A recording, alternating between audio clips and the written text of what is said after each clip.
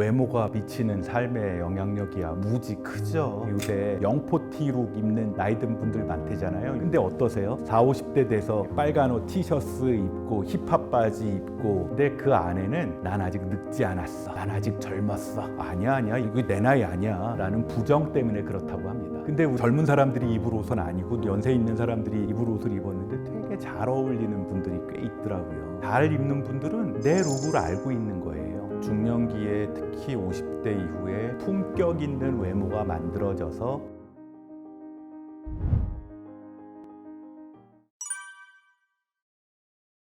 인정하긴 싫지만 외모가 미치는 삶의 영향력이야 무지 크죠. 어떻게 생각하면 오히려 중년 이후에 외모가 의미가 더 복잡해지고 더 크지 않을까 하는 생각도 들어요. 이게 외모가 조금 약해지잖아요. 물론 나이가 더 먹으면 이제 키도 좀 작아지고 그러겠죠. 그게 내 외모가 나에게서 젊은 시절에 싱싱했던 탄력과 함께 빠져나가는 걸 느끼면서 우리는 누군가 돌아가셨을 때 느끼는 애도 반응을 거치는 거예요. 여러분들 이 방송 듣는 분들 중에 50대 중반 정도가 넘는 분들이 꽤 있을 텐데, 그런 타고난 외모, 가꾼 외모에 자기가 인생을 어떻게 살았는가 하는 것도 같이 메어지는 것 같아요. 왜냐하면 우리가 영어로 어피어런스라고 하는 그 외양이라는 거에는 얼굴의 모양, 머리숱, 피부결 뭐 이것만 있는 게 아니라 그 사람의 말투, 그 사람의 태도, 그 사람의 걸음걸이, 그 사람의 서 있는 자세, 이런 것까지 다 들어가는데, 이거는 그 사람의 살아온 인생이 반영될 수밖에 없기 때문에 그런 게 아닌가 하는 생각이 들어요. 그걸 나도 모르게 마음속으로 알고 있으니까 거울을 바라볼 때 자기의 자존감하고 연결해서 보는 경우가 많아요. 중년 이후의 외모는요, 우리의 삶의 질 전체에 영향을 미치는 것 같아요. 나의 자신감에도 영향을 주고 인간관계에도 영향을 줄 거고요. 내가 좋아하는 사람 또 내 일터에서 만나는 사람들과의 관계를 유지하는 데도 실질적인 영향을 미칩니다. 절대 무시하지 마세요. 전신 거울 좀 자주 보세요. 내 얼굴에, 몸에, 피부에 변화되는 걸 자꾸 보세요. 가끔 보면 무너진 것밖에 안 보여. 자주 보면 조금씩 달라지는 모습도 보고요. 은근히 매력적이고 귀여운 모습이 있다니까요. 그 중에는 내 장점이 키 큰 게 장점인 사람도 있을 거고요. 별로 미인 소리는 못 들어봤지만 그래도 나는 피부가 탱탱하고 흰색이어서 좋아, 나만의 장점이 있거든요. 누가 인정하든 안 하든 그러면 나한텐 그게 기정사실이 돼요. 그게 나의 미의 기준이고, 중년 남성 여성들 중에는요, 20살 때는 잘생겼다 이쁘다 소리 못 들었는데 40 넘고 50 넘어서 정말 잘 나이 먹고 외모도 아주 괜찮아지는 분들 되게 많더라고요. 그게 나이만 먹는 게 아니라 우리 몸에 그 사람의 품위가 깃들어져서 품격 있는 외모가 만들어져서 관리가 잘 된 건 아닐까 하는 생각도 듭니다. 나이가 좀 드셨는데 무슨 젊은 시절에 입었음직한 라이더 자켓 입고 아니면 가죽 잠바 입고 아니면 징 달린 신발 신고 다니는 분도 계시고, 저분은 캐주얼 자켓과 바지를 입었는데 젊은 사람들이 입을 옷은 아니고 약간 연세 있는 사람들이 입을 옷을 입었는데 되게 잘 어울리는 분들이 꽤 있더라고요. 왜 햇번 룩이라고 아시죠? 룩이라는 거는 나한테 맞는 스타일들이 모여 있는 거를 내 스타일, 뭐 예를 들어서 창수 룩 그러면은 내가 주로 입는 옷, 내가 입는 옷 스타일, 이런 것들을 모인 걸 룩이라 그러잖아요. 그럼 잘 입는 분들은 내 룩을 알고 있는 거예요. 그 사람의 미의 기준은 내가 20살 때 젊고 이뻤을 때 피부 탱탱했을 때 미의 기준과 지금 50살 넘었을 때의 미, 아름다움과 잘생김의 기준이 달라진 거죠. 다시 얘기하면 미의 기준이 업데이트된 거예요. 사람들이라는 게 내 마음 안에 아름다움에 대한 기준이 다 있잖아요. 우리 젊었을 때의 기준과 나이 먹었을 때의 기준은 조금 달라요. 물론 레오나르도 디카프리오처럼 항상 25의 금발 젊은 여인을 미의 기준으로 삼고 있는 사람도 있지만, 나이 먹으면서 그거는 조금씩 변하는데, 그게 안 변하려면 우리는 상실감을 느끼고 상처를 입을 수밖에 없어요. 그러니까 안 그러려면 나이 드는 걸 거부할 수밖에 없지. 미의 기준도 계속 갱신해야 됩니다. 제가 좋아하는 여배우 중에 선우용녀 씨 있잖아요. 그분 젊었을 때 사진 보신 적 있으세요? 그 당시에 정말 멋진 이쁜 여배우더라고요. 지금은 그냥 훌륭한 할머니 배우, 아줌마 배우잖아요. 되게 멋있잖아요. 그 시대의 미의 기준에는 최고의 미인이었고, 지금은 본인만의 미의 기준을 만들어서 그거를 잘 누리고 만들면서 사는 거예요. 그게 평생을 내 기준을 가지고 열심히 살았던 분들이만 가질 수 있는 나의 여유, 나의 자신감, 그게 내 스타일이고, 그게 햇번 룩 또는 선우 용녀 룩, 창수 룩처럼 나의 룩이 되는 거겠죠. 여러분도 한번 본인만의 룩을 만들어 보시죠. 심리학자들이 얘기하는 애도 과정에 빗대서 외모를 얘기했어요. 우리의 외모는 피부 관리 관리, 외모 관리의 가장 중요한 팩터라고 얘기하면 뭔지 아세요? 나이거든요. 젊은 건 어쩔 수 없어. 젊은 것들이 이쁜 건 뭐 어쩌겠어요. 근데 우리가 나이를 먹으면서 남성이고 여성이고 이제 외모가 조금 약해지잖아요. 물론 나이가 더 먹으면 이제 키도 좀 작아지고 그러겠죠. 그게 내 외모가 나에게서 젊은 시절에 싱싱했던 탄력과 함께 빠져나가는 걸 느끼면서 우리는 누군가 돌아가셨을 때 느끼는 애도 반응을 거치는 거예요. 여러분들 이 방송 듣는 분들 중에 50대 중반 정도가 넘는 분들이 꽤 있을 텐데 아마 자기 나이 생각 안 하고 이 나이까지 살았던 분들 되게 많을 거예요. 그러다가 어느 날 문득 딱 보니까 늙었지.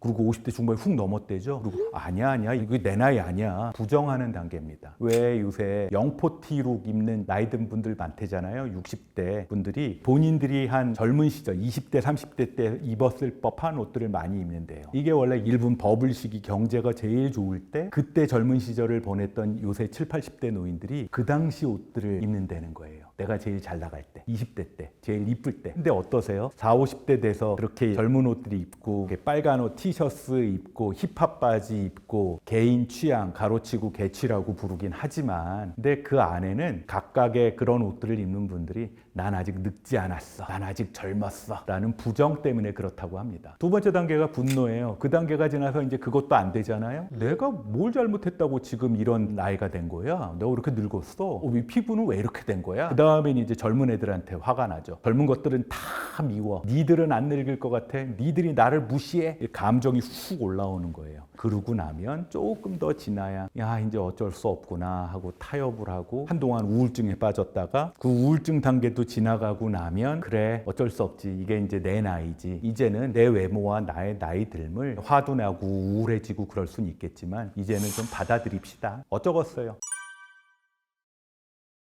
중년기에 특히 50대 이후에 나름대로 품격 있게 살아야 된다라는 얘기를 많이 하는데 한마디로 얘기를 하면 누가 뭐래도 내가 정한 기준에 따라 그게 한마디인 것 같아요. 보통 뭐 SKY 뭐 이런 좋은 대학 또는 뭐 집을 샀는데 몇억 원의 시세 차익을 봤어. 뭐 성과금 몇백 프로 받았어. 그런 거 받은 사람 되게 부러워하고 비교하고 질투하고 막 그러잖아요. 근데 사실은 내가 그걸 질투하지만 사실은 내가 나온 대학은 SKY 아니더라도 근데 그건 내 현실이고 내가 사는 집은 또 집값이 안 올라. 그것도 내 현실이고 또 내 자식은 그 남의 집 자식처럼 하버드 가고 뭐 이런 거 못했어. 부럽고 질투나긴 하지만 사실은 내 자식이 그런 것도 내 현실이잖아요. 근데 사실은 그게 그렇게 나쁜 거는 또 아니야. 그냥 그런 대로 괜찮아요. 물론 하버드는 아니지만 애는 착해. 그리고 대기업에서 S전자만큼 월급은 못 받아도 나름 잘 먹고 살아요. 그거를 이제 보통 내가 가진 기본값, 알맹이라고 얘기하잖아요. 물론 몇 개가 더 있으면 좋죠. 이쁜 옷 입고 있는 것처럼 내가 부러워하는 그 사람들이 가진 모든 걸 가지면 좋은데 그건 제가 생각하기에 그냥 중년기에 가지는 젊은 시절부터 가졌던 기대값인 거예요. 근데 젊을 때는 내가 가지고 있지 않았어도 내가 가지고 싶은 거를 기대값을 정해놓고 살 수가 있었어요. 왜? 그걸 향해서 노력하면 되니까. 그리고 그걸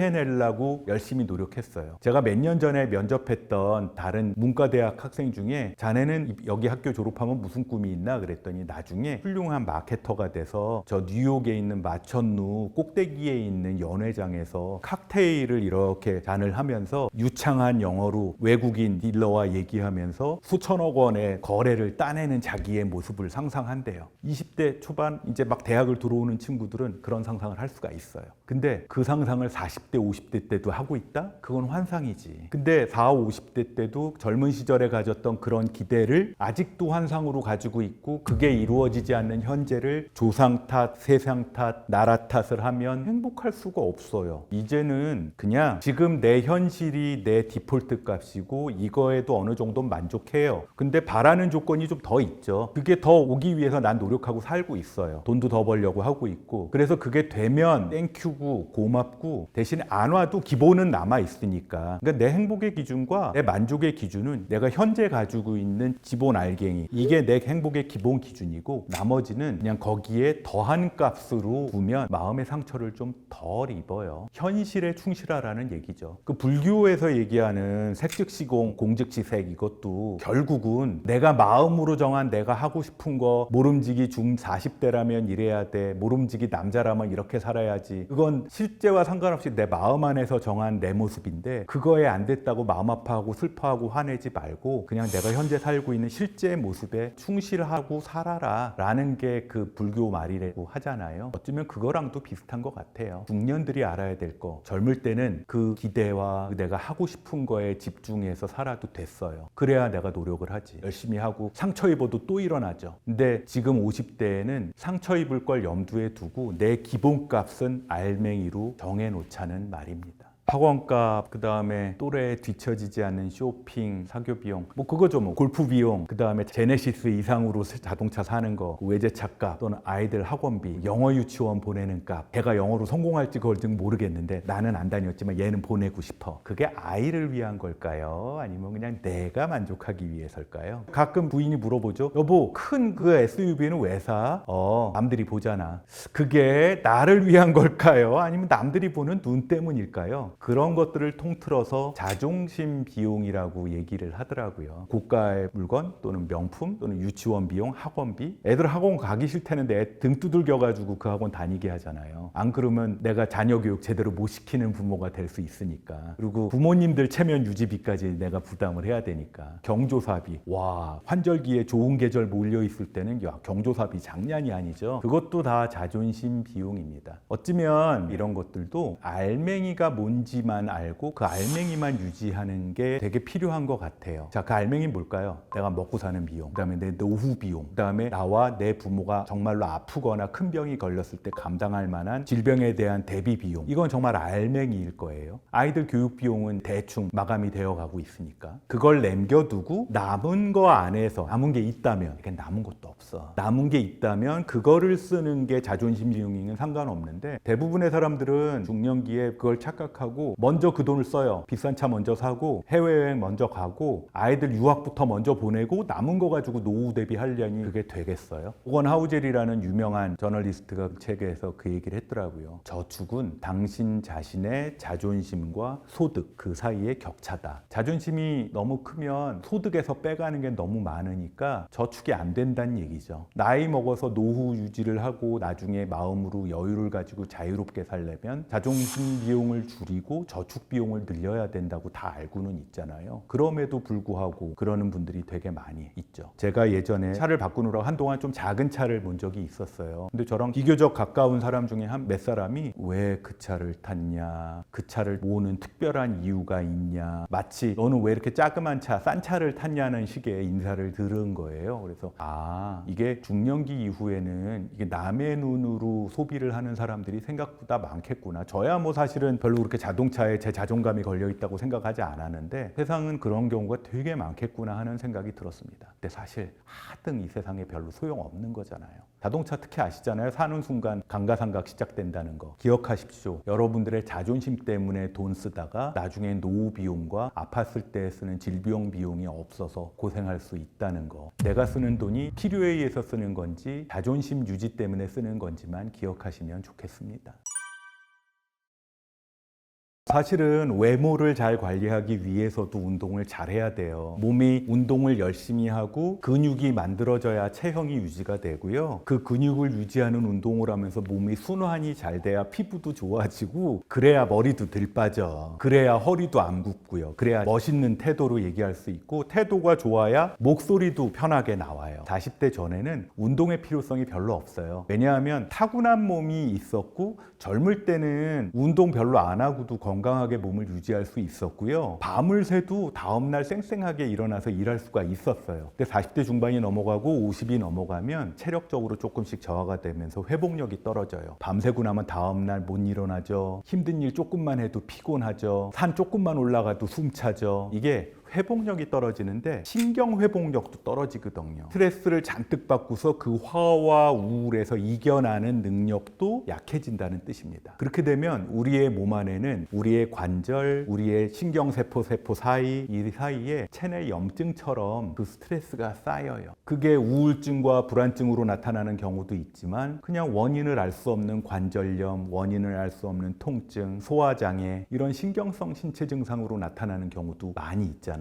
그래서 더 오래되면 관절 아파서라도 외출 자체도 힘들어지는 게 중년기 이후의 몸이거든요. 그래서 운동을 해줘야 근육량을 유지하면서 또 중요한 건 우리 몸 안에 세로토닌, 도파민, 노에프네프린 이런 긍정적인 신경 호르몬 이게 원활하게 분비가 돼요. 원활하게 분비가 되면 우리 뇌를 자극을 하니까 우리가 인생을 잘 살 때 느끼는 게 뭐예요? 성취감, 만족감, 그리고 충족감, 그리고 집중력 좋은 거 이런 것들이 잘 유지가 된다는 거죠. 그게 잘 안 되고 운동 안 하고 틀어박혀만 있으면 이런 좋은 신경 호르몬도 안 나오니까 짜증도 많아지고 울분도 많아지고 우울도 많아지고 괜히 불안해지고 집중력이 떨어지는 거죠. 그래서 책에도 그런 얘기가 써 있습니다만 걸어갈 때 도파민이 한 방울 더 생기고 또 한 방울 또 걸어가면 세로토닌도 두 방울 생기고 한 10방울쯤 걸어가면 엔돌핀도 더 많이 나온다라고 했습니다. 그게 우리 몸만 건강하게 만드는 게 아니에요. 아시겠지만 운동 열심히 하면 그 순환 잘 되는 것 때문에 치매도 예방된다는 거 아시죠? 치매 예방 훈련은 나이 70 넘어서 하는 게 아니라 40대, 50대부터 해야 된다는 얘기를 드리는 겁니다. 운동을 한참 동안 못하고 심상생활만 하는 환자분들, 병원에 오래 계시는 분들 보면 되게 예민해져 있어요. 운동량이 줄어들면 감정 컨트롤이 잘 안 되거든요. 그게 성격이 나빠서 그런 거는 아니고 신경의 회복력 내지는 신경 탄력성이 줄어든 건데 우리의 감정은 어떻게 작동을 하냐 하면요. 우리의 중간 뇌에 변연계라는 게 있어요. 왜 그 세로토닌, 도파민이 나오는 뇌가 변연계, 중간에 있는 뇌인데 그때 생기는 감정이 불안, 우울 또는 기쁨, 슬픔 이런 것들이죠. 근데 그 감정들은 부자연스러운 게 아니잖아요. 당연하게 생기는 거고 사람마다 타고난 성질에 따라서 어떤 사람은 화가 많고 어떤 사람은 기쁨이 많고 어떤 사람은 불안이 많죠. 영화 인사이드 아웃에 나오는 것처럼. 그런데 문제는 인간관계나 내 자식을 만나서 얘기할 때 친구를 만나서 얘기할 때 그 감정을 있는 그대로 표현하는 건 아니잖아요. 화가 났다고 난 내 식구니까 그냥 내 감정 그대로 표현할 거야. 그랬다간 그 자식 집에 안 올 거거든요. 그걸 조절하는 게 어디냐 하면 그게 전두엽이거든요. 내가 화가 불컥 났지만 전두엽에서 아이고 지금은 내 자식 앞에서 그 화를 표현하면 안 되지. 내 며느리 앞에서 그 감정을 좀 참자 하는 게 전두엽인데 운동을 안 하면 심리적으로 전두엽 기능이 떨어져요. 그러니까 감정 조절 능력이 떨어지죠. 또 하나는 운동을 하면 마음의 환기 효과라 그래서 좋은 공기 마시면서 주변의 다른 것들을 많이 보잖아요. 그리고 우리의 뇌세포에서는 사고의 전환, 왜 나쁜 생각에 꽂혀 있을 때 다른 생각을 할 수 있는 세포들이 운동하는 그 세포들 바로 옆에 있어요. 그래서 우리가 달리기를 한다든지 걷는 운동을 하면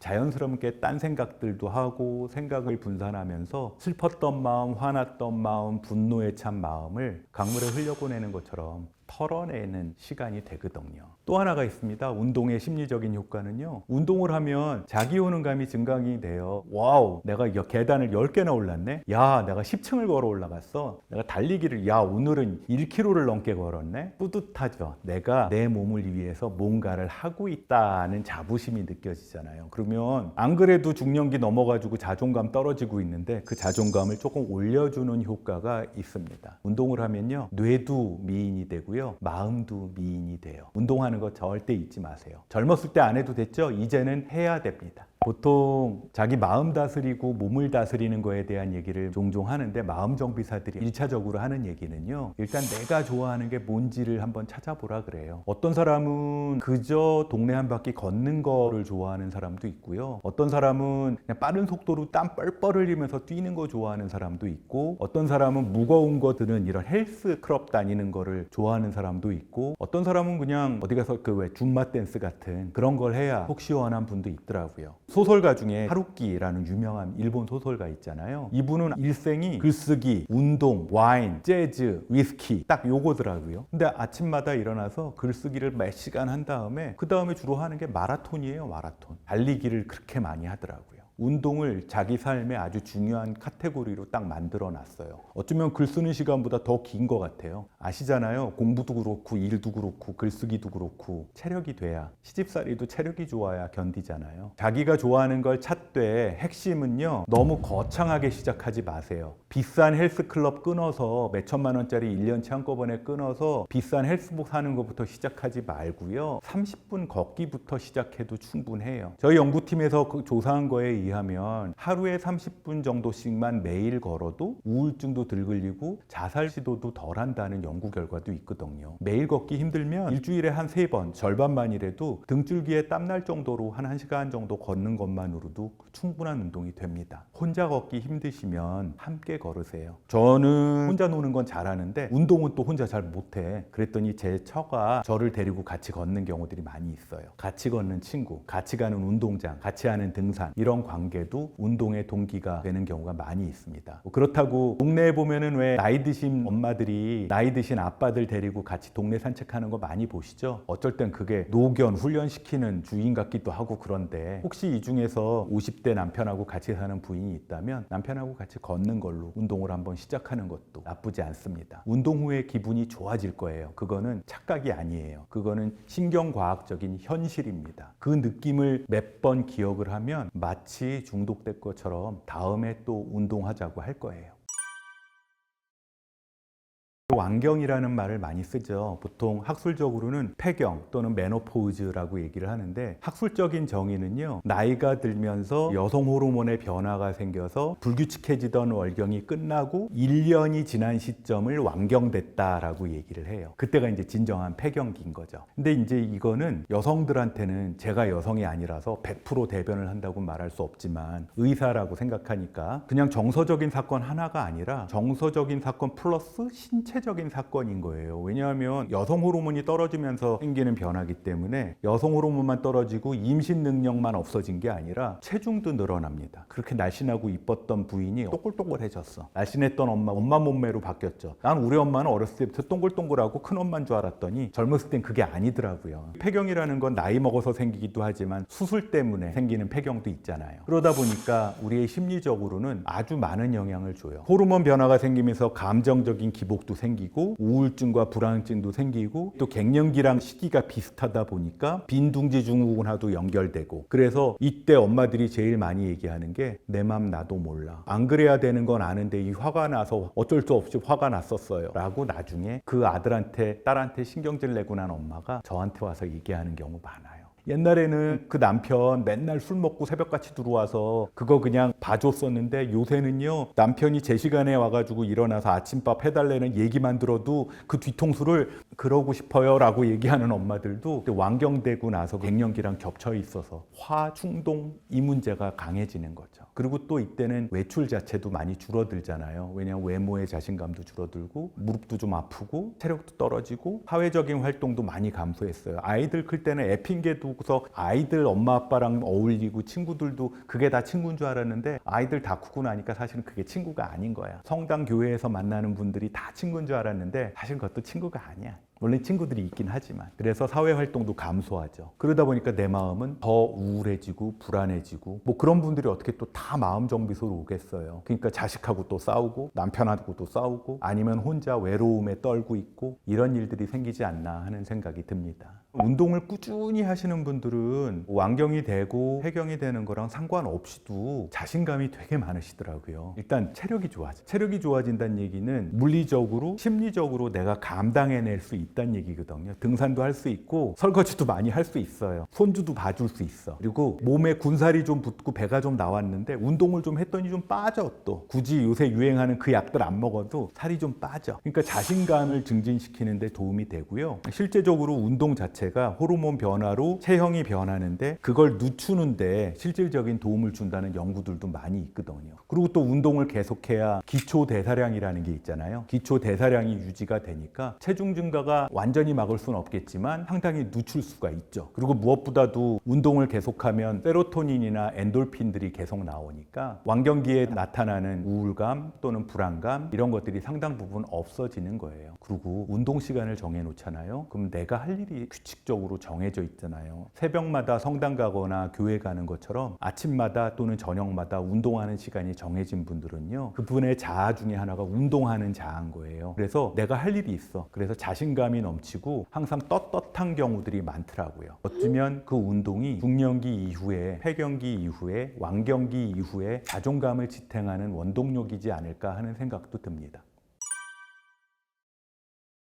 이쁘고 젊은 사람들이 정말 예쁜 옷을 입으면 정말 예뻐요. 근데 멋이 녹아있는 듯한, 세월이 녹아있는 듯한 중후한 스타일은 중년만이 가질 수 있죠. 그 스타일이라는 건 외모와 피부에서 나오는 게 아니고요. 내가 자주 가는 장소, 나의 말투, 나의 대화 주제, 내가 주로 어울리는 사람들, 내가 주로 사보는 책, 내가 입을 열면 어떤 말이 나오는지, 나의 시간은 주로 어디서 쓰고 있는지, 결국은 나의 스타일이 되지 않나 싶습니다. 나의 스타일이 뭔지 한번 생각해 보시고요. 저도 정말 품격 있게 더 늙고 싶어요. 품격 있게 읽는 게 사람마다 기준이 좀 다르겠죠. 남한테 손 벌리지 않을 수준의 경제력을 유지하면서 남들한테 피해 주지 않을 정도의 제 체력을 유지하는 것, 이거는 가장 기본이 돼야 되는 거다 하는 생각이 들고요. 또 하나는 품격 있게 늙기 위해서 제가 하는 건 제 마음을 항상 들여다보는 시간을 가집니다. 제가 혹시 감정적으로 불안정해지지는 않는지, 그래서 남들한테 상처를 주거나 아니면 남들한테 쓸데없이 뭔가를 기대하고 있지는 않은지, 그리고 마지막으로 제가 품격 있게 살으려고 저 스스로 하는 거는 저희 가족을 포함해서 타인에게 너무 많은 거를 기대하지 않으려고 하고 있어요. 제가 할 수 있는 것만큼은 제 스스로 하겠다는 매일매일의 다짐을 하고 산답니다. 여러분들은 품격 있게 나이 먹기 위해서 어떤 생각을 하고 계세요?